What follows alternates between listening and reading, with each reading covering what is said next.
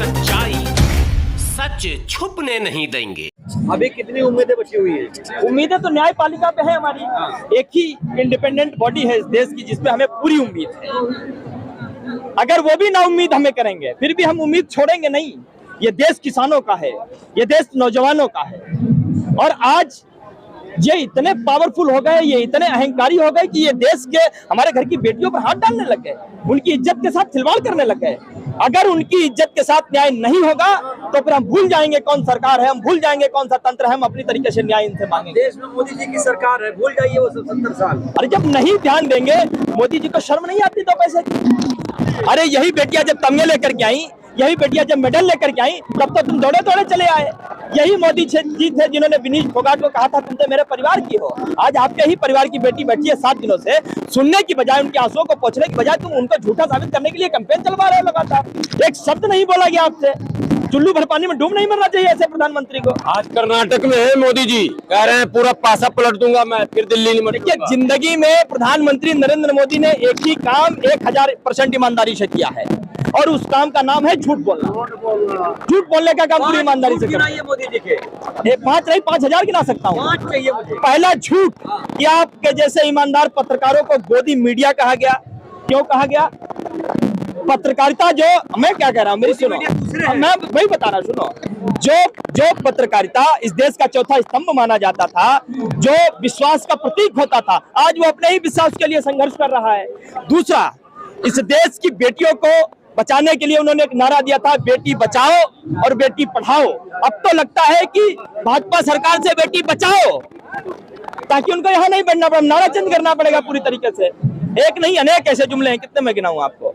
तो क्या मोदी जी को आप जुमला जी भी समझते हैं? जुमला जी भी है, जुमलाजीबी, नाटकबाज, झूठे, मक्कार, फरेबी, बहुरूपिया, कितने गिनाऊं नाम? परिवार को छोड़ दिया आपने। किसने परिवार को छोड़? मोदी जी, योगी जी ने। अरे तो जिसका परिवार ही नहीं तो परिवार क्या जानेगा? यही तो देश का दुर्भाग्य है कि हमने एक ऐसे इंसान को वोट दिया, हमने एक ऐसे इंसान को सत्ता सौंप दी। मुझे लगा था कि ये इंसान ठीक ठाक चलाएगा, लेकिन जब बंदर के हाथ बटेर लग जाती है तो खिलवाड़ी करता है वो। लगातार सारे चुनाव जीत रहे हैं और आप कह रहे हैं कि देखिए, चुनाव, गुलाम जी, चुनाव जीतना और हारना ये एक ही महीना नहीं होता है। देखिए, चुनाव की एक ऐसी प्रक्रिया होती है, कभी कोई जीतता है, कभी कोई हारता है। और राजनीति ही देश नहीं है, ये जानने की बात है इस देश को। 140 करोड़ लोग रहते हैं इस देश में, सभी पार्टियों को मिला लो, कितने लोग वोट देते हैं? 140 करोड़ लोग वोट नहीं देते हैं। तो राजनीति ही देश नहीं है। हाँ, राजनीति की एक बहुत महत्वपूर्ण प्रणाली इस देश की है, लेकिन ये महत्वपूर्ण प्रणाली जब देश की बच्चियों के साथ, देश की अस्मिता के साथ खिलवाड़ करने लग जाए तो पूरा देश उठ खड़ा होता है। भाजपा कह रही है कि एक बार कर्नाटक का परिणाम आ जाए फिर इधर निमट लेंगे। कर्नाटक में तो साफ है पूरी तरीके से, तभी तो कर्नाटक को धमकाने का प्रयास कर रहे हैं। नड्डा जी कह रहे हैं कि ऐसा नहीं होगी, मोदी जी के आशीर्वाद से कर्नाटक वंचित रह जाए। अमित शाह कह रहे हैं कि अगर कांग्रेस यहाँ सरकार नहीं बनी बीजेपी के तो यहाँ दंगे ही दंगे होंगे। तो आप सोच लो कि किस मानसिकता के साथ ये लोग निकले हैं मैदान में। कहा जा रहा है 24 में कोई चेहरा दूर दूर तक मोदी जी के सामने खड़ा नहीं है, इसलिए पूरा देश खड़ा है। हाँ, सही कहा उन्होंने। तुम क्या कहते? पूरा देश खड़ा है उनके सामने 24 में पूरी जनता उनके सामने खड़ी, पूरा देश उनके सामने खड़ा, और हर आदमी से। और इतना मैं नहीं कहता हूँ, मैं तो कहता हूँ इस देश से छोटा व्यक्ति अगर उसे भी प्रधानमंत्री बना दिया जाए तो नरेंद्र मोदी से अच्छा देश चला करके दिखाएगा। चाइना पाकिस्तान को कैसे काबू करेंगे आप लोग? इतना ही आता है उनको, इससे ज्यादा कुछ नहीं आता। चाहिए उसके लिए, इससे ज्यादा कुछ नहीं आता है, समझे? दिखा दिए। अरे क्या दिखा दी? 56 इंच की छाती की बात करने वाले 6 इंच की भी छाती नहीं निकली, बाद में पता चला। लाल आग दिखाने वाले, उनकी काली आग भी नहीं निकली, बाद में पता चला। सर्जिकल स्ट्राइक उन्होंने किया भाई। नई संसद बना दिया। नहीं, कौन सी नई संसद बना दी? देखिए, नई संसद आपने बनाई है जो, वहां देश का न जाने कितना पैसा आपने लगा दिया, और इसी देश के तमाम नौजवान, तमाम युवा आपके दरवाजे पर जाकर के जो है ठोकरे खाते रहे, भीख मांगते रहे कि हमें हमारी नौकरी दे दो। आप 2 करोड़ का जुमला देते रहे, धीरे धीरे वो 10 करोड़ का पार कर गया। 45 साल के रिकॉर्ड टूट गए, लोगों ने लाखों की संख्या में। आप लोग कैसे कहते हैं? सुनिए, पाकिस्तान में लोग आटे के लिए एक दूसरे को मार रहे हैं, ये मोदी जी का कमाल है। मैं क्या कह रहा हूँ, अगर भारतीय जनता पार्टी से धर्म, राष्ट्रवाद, पाकिस्तान, हिंदू मुसलमान, ये 5-6 चीजें छीन लो। आटा महंगा नहीं है वहाँ। अरे कुछ होता हो, हमें तो हमारे देश की बात कीजिए आप। मोदी जी ने पूरी अर्थव्यवस्था बर्बाद करवा दी। मोदी जी को अगर इतनी ही सहानुभूति है तो रास्ते खुले हैं उनके लिए, पाकिस्तान के लिए चला जाना चाहिए उन्हें पाकिस्तान। नेशनल मीडिया से बात कीजिए, खाने तो कहा तो था आप लोग नेशनल मीडिया से बात कीजिए कर रहे हैं। हम तो बात कर ही रहे हैं ना, हम तो दिन भर में 3 प्रेस कॉन्फ्रेंस कर रहे हैं। हम तो पिछले 5 दिन से यही सड़क पे बैठे हैं इन पहलवानों के साथ। पिछले 2-3 दिनों से देखा जा रहा है नेशनल मीडिया को भगाया जा रहा है। गो बैक वो चैनल है जो सिर्फ लाइव दिखाते हैं, बाकी क्यों नहीं लाइव दिखाते? कौन चैनल? वो नाम नहीं लेना चाहता, वो जो दिखाता है वो आप जानते हो अच्छी खासी तरीके से। फिर भी महिला पत्रकार बाकी जो कर रहा है, एक बात और आपको बता दूं कि ये देश सिर्फ एक व्यक्ति के बर्बाद करने से बर्बाद नहीं हुआ है, इसमें कई लोगों का हाथ है, कई प्रणालियों का हाथ है। 70 साल तक हैं, इसीलिए उनकी बगलाहट साफ और स्पष्ट दिखाई देती है। और इसीलिए मैं कहता हूँ कि जो बेटियां भारत को मेडल दिलाने के लिए विदेशी सरजमी पर पहलवानों को धूल चटा सकती है, वो इस सिस्टम को दुरुस्त करने के लिए एक नहीं अनेक ब्रजभूषण को सलाखों के पीछे पहुंचा सकते हैं। लेकिन ब्रजभूषण तो अब भी कह रहे हैं कि जब तक मेरे ऊपर इल्जाम सिद्ध नहीं होगा तब तक मैं उसी पद पर बैठ रहूंगा, इस्तीफा नहीं दूंगा। इल्जाम सिद्ध तो हो गया, इस्तीफा नहीं देने के लिए इल्जाम सिद्ध हो गया, 2 थानों में FIR दर्ज हो गई। होता है। अरे लो, FIR कब होती है? सुप्रीम कोर्ट ने दखल की। FIR तो पहले भी उनके ऊपर बहुत है। हाँ, तो मैं वही कह रहा हूँ गुलाम सरोवर जी, मैं वही कह रहा हूँ कि FIR उनके ऊपर बहुत है, लेकिन हुआ क्या? क्योंकि वो आदमी जानता है FIR हमारे ऊपर 38 नहीं 38,000 हो।